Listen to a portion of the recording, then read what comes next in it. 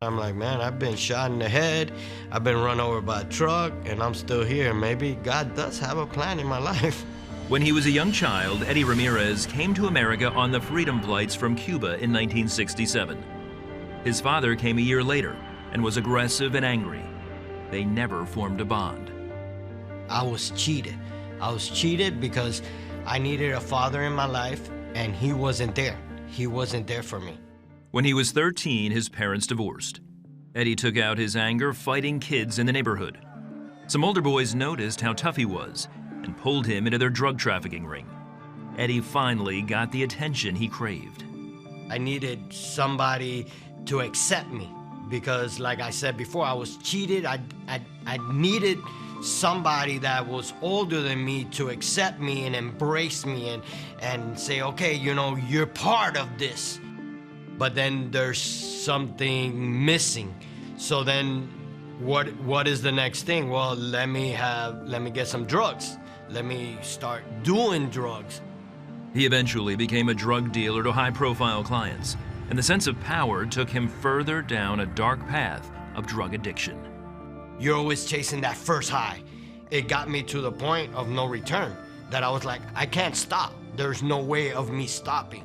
I had power, you know, I had power, I had money, people were looking for me, people needed my merchandise, you know, and I was ruthless, so I felt like I was in control. In reality, Eddie's life was out of control and reckless.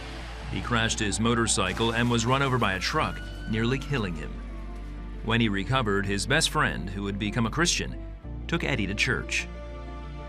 Once I was there in church, I was like, what's here? There's nothing here for me.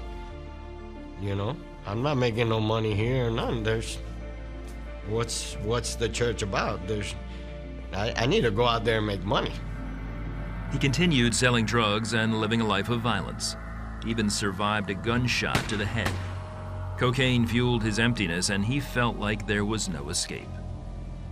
I felt disgusted the way that I would like just stay up all night and do drugs, and my nose was like falling apart. Cocaine is not a drug that you want to start doing, because once you start doing it, there's no turning back. Desperate for a way out of his addiction, he turned to his mom for help. She checked him into a rehab facility where Eddie had a life-changing encounter. I remember one night I'm there in my room, I get a visitation from what I believe it was the Lord Jesus. And he comes into my dream, into my vision, and he tells me, look, you really want to change your life. And I'm like, inside of me, yes, I want to change my life, because I can't live like this anymore.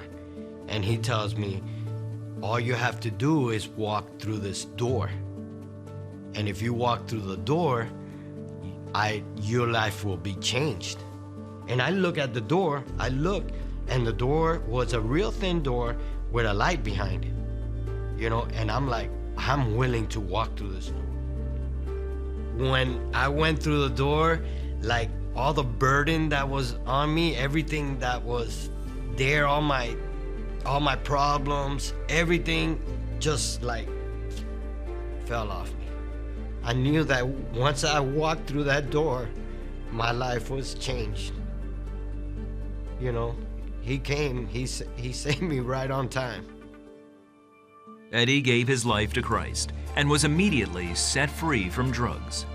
I didn't have the desire to do cocaine, to do marijuana, to do nothing else. I didn't want to do nothing.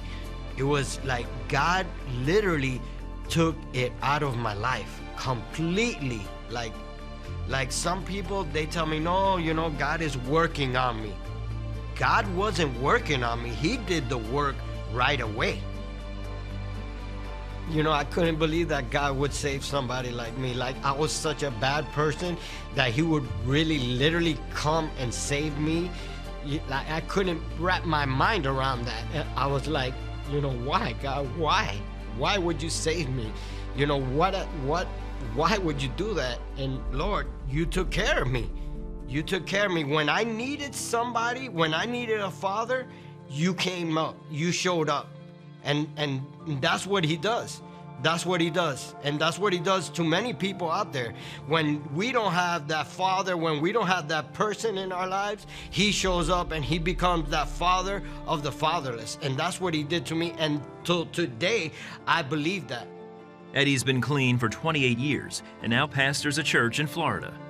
The joy of his new life overflows to everyone he meets. I'm grateful for everything that he has given me, my family, my children, my grandkids. I'm very grateful for everything that he has given me. But all I need is him. Everything else I could lose.